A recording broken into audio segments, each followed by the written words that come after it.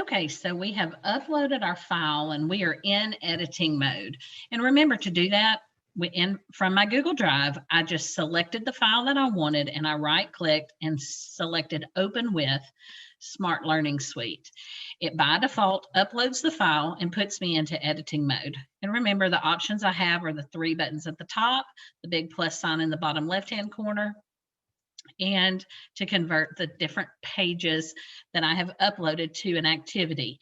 And that's going to be what I do first. I'm going to select convert to activity and make this page an individual handout activity. Now, let me just explain the difference between individual handout activity and collaborative workspace activity.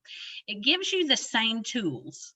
You have an ink tool, you have a text tool, you have the ability to add images, websites, pictures, and videos. What you cannot do, or the difference, is an individual handout activity means you work alone at your device, your Chromebook or your laptop. A collaborative workspace activity means you work in a group that your teacher has selected. So the difference is, I can turn this into an individual handout activity and I can deliver it live in class where my students go to hellosmart.com, or I can put the assignment in their Google Classroom and have them work at their own pace or asynchronously. And I do not have to be there to start it. They actually select the start button. In a collaborative workspace activity, the teacher has to be there to put them in a group. Now, if you're delivering live at hellosmart.com, your students have joined your class via hellosmart.com, no problem, right? Because everybody's in the class. Just make sure that their devices are awake when you put them into groups.